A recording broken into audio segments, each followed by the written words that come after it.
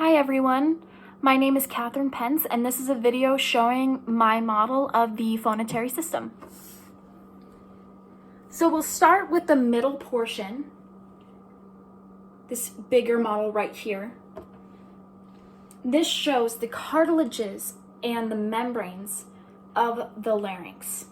So we start from the bottom and we have the tracheal rings here in gray. This red portion directly above the most superior ring. This is the cricotracheal membrane, which connects the trachea with the cricoid cartilage. The cricoid cartilage is this portion in blue at the bottom. It is a ring of cartilage that goes around the larynx that is smaller in the front, larger in the back.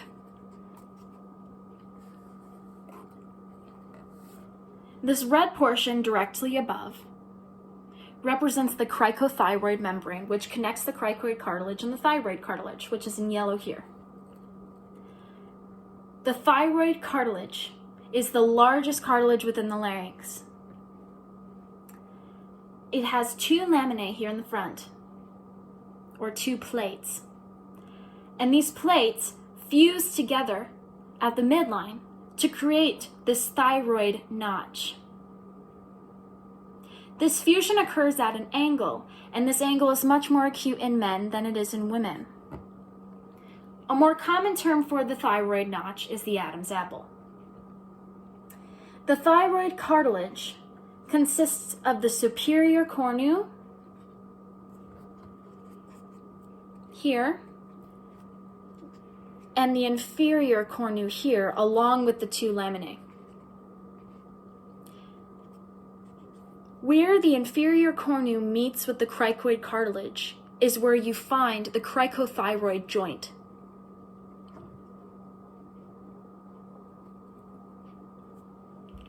This red portion here represents the thyrohyoid membrane. The thyrohyoid membrane is attached to the most inferior aspect of the hyoid bone, shown here. And because of this membrane, the larynx is able to stay suspended from the hyoid bone.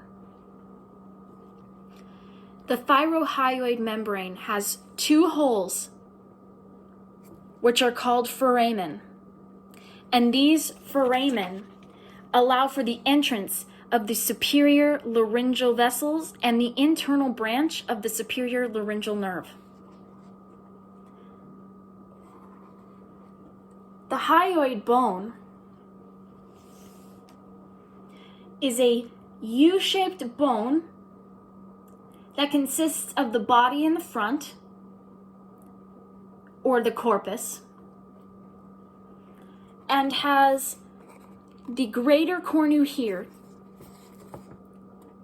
and the lesser cornu here at these small points. And the hyoid bone is considered a floating bone, meaning it does not attach to any other bones within the body. The epiglottis is here. It is a leaf-shaped structure that covers the larynx during swallowing so that food may only enter the esophagus. Next, we move on to the folds and the cavities of the larynx. So once again, we have the epiglottis here, and these gray lines on the outside of the epiglottis are the aryepiglottic folds. And the aryepiglottic folds assist the epiglottis in covering the larynx during swallowing.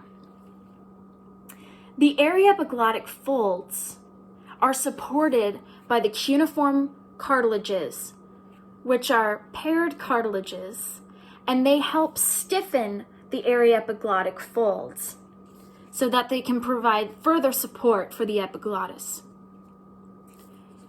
This is a false vocal fold, and this is a false vocal fold in yellow. These false vocal folds are superior and lateral to the true vocal folds. They will stay closed during effortful activities such as working out or moving heavy boxes, and they will stay open during phonation. The true vocal folds, or just the vocal folds, are these portions in red. And they are what cause the phonation. They will vibrate during phonation, and that is their main responsibility. This portion up here, from the epiglottis to the superior point of the false vocal folds, you will find the supraglottal cavity. The small space between the false vocal folds and the true vocal folds, that is known as the laryngeal ventricle. And from the most inferior point of the true vocal folds to the top of the trachea is where you will find the subglottal cavity. The small space between the two vocal folds, the true vocal folds, is known as the glottis. The upper 60% or 3/5 of the glottis is known as the membranous glottis, and the lower 2/5 or 40% is the cartilaginous glottis. The last portion of this model shows off the arytenoids and their functions. So right here we have the two arytenoids, and they are also paired. And they lay on the most superior and posterior portion of the cricoid cartilage, which is again shown here in blue. These top gray points of the arytenoids are the caniculate cartilages, and they are also paired cartilages.